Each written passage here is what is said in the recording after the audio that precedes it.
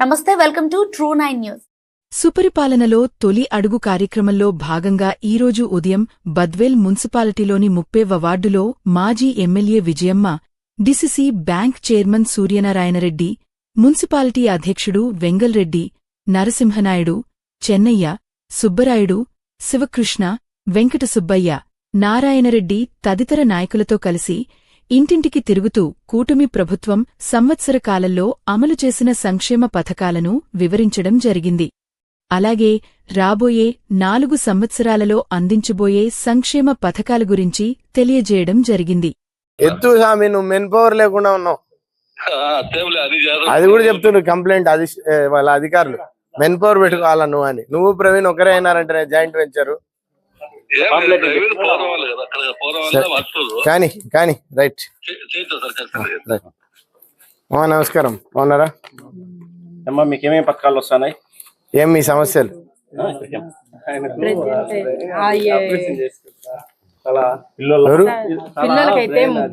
అయ్యో, ఏం యాక్సిడెంట్ అయిందా?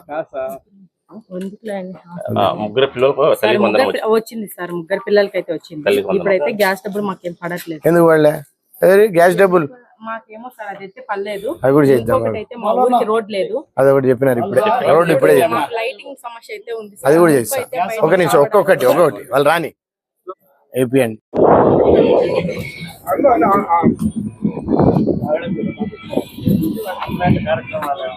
నా గుడి లిస్ట్ లో వచ్చినట్టుంది చూడండి.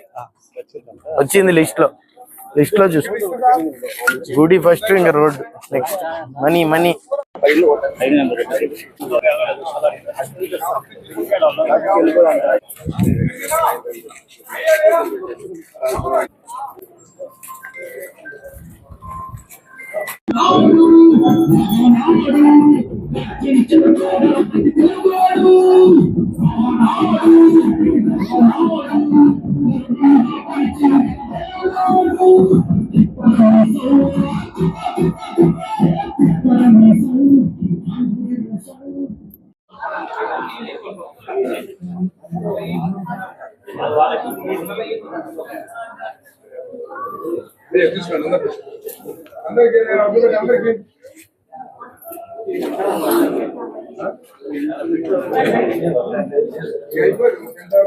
శాంక్షన్, దేవాలయం శాంక్షన్ అయింది.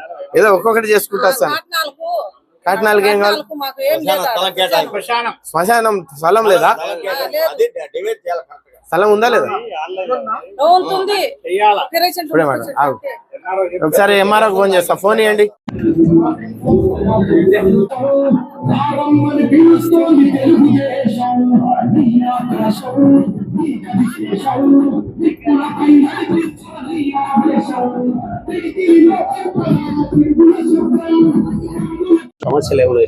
చెప్పాలి కదా, ఏం కావాలి?